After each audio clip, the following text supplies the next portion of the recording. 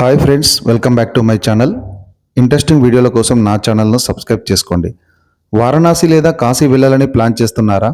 మొదటిసారి వెళ్ళే వారికి అక్కడ ఎక్కడ ఉండాలి, ఏ క్రమంలో దర్శనాలు చేసుకోవాలి అనేది కొంచెం కన్ఫ్యూజింగ్గా ఉండవచ్చు. అందుకే మీ యాత్రను సులభతరం చేసేలా ఒక ప్లాన్ ఇక్కడ ఉంది. కాశీలో మన తెలుగువారి కోసం ఆంధ్ర ఆశ్రమాలు చాలా అందుబాటులో ఉంటాయి. మీరు బడ్జెట్ను బట్టి సైకిల్ స్వామి ఆశ్రమం ఇక్కడ ఒకరికి 300 రూపాయలు ఛార్జ్ చేస్తారు. లేదా తారకరామ ఆశ్రమం, ఇందులో ఒకరికి 150 రూపాయలు ఛార్జ్ చేస్తారు. అదనపు వ్యక్తికి 20 రూపాయలు చెల్లించవలసి ఉంటుంది. ముఖ్యంగా తారకరామ ఆశ్రమంలో మధ్యాహ్నం భోజనం, సాయంత్రం అల్పాహారం కూడా దొరుకుతాయి.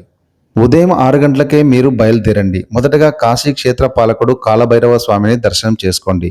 అక్కడి నుంచి నేరుగా వారాహి అమ్మవారి దర్శనానికి వెళ్ళండి. గుర్తుంచుకోండి, అమ్మవారి దర్శనం ఉదయం 9 గంటల వరకే ఉంటుంది. వారాహి అమ్మవారి దర్శనం తర్వాత దగ్గరలోనే ఉన్న విశాలాక్షి అమ్మవారిని దర్శించుకోవచ్చు. అక్కడి నుంచి కేవలం 2 నిమిషాల నడకలోనే విశ్వనాథుని ఆలయానికి చేరుకోవచ్చు. విశ్వనాథుని దర్శనం కోసం 4వ నంబర్ గేట్ ద్వారా వెళ్తే దర్శనం త్వరగా అవుతుంది. ఒకవేళ సాక్షి గణపతిని చూడాలనుకుంటే 1వ నంబర్ గేట్ ద్వారా వెళ్లాల్సి ఉంటుంది. గుడి లోపల సెల్ ఫోన్లు, వాలెట్లకు అనుమతి ఉండదు.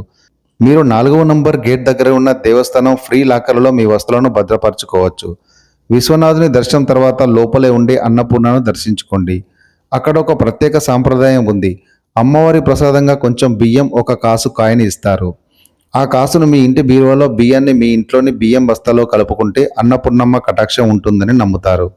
అలాగే అక్కడ ఇచ్చే అన్నప్రసాదాన్ని అస్సలు మిస్ అవ్వకండి. Local sight seeing and Ganga హారతి. మధ్యాహ్నం 1 గంట తర్వాత ఒక లోకల్ టెంపో లేదా ఆటో మాట్లాడుకుంటే సుమారు ఒకరికి 300 ఛార్జ్ చేస్తారు.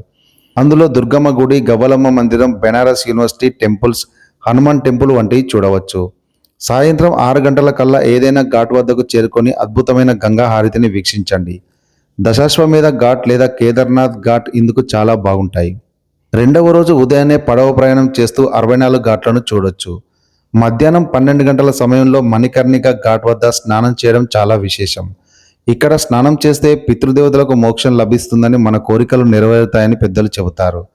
సమయం ఉంటే కాలభైరవ గుడి నుంచి వచ్చే దారిలో మహామృత్యుంజయ గుడి, ఓంకారేశ్వర, లోలార్కు కుండ్ వంటి క్షేత్రాలను కూడా దర్శించుకోండి. ఆది సోమవారాల్లో రద్దీ ఎక్కువగా ఉంటుందని గుర్తుంచుకొని ఏ ప్లాన్ అయినా చేసుకోండి.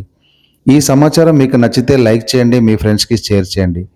మీరు కాశీ వెళ్ళినప్పుడు ఏ ఆశ్రమంలో ఉండాలనుకుంటున్నారో కింద కామెంట్ చేయండి. మరిన్ని అప్డేట్ కోసం మన ఛానల్ను సబ్స్క్రైబ్ చేసుకోవడం మర్చిపోకండి.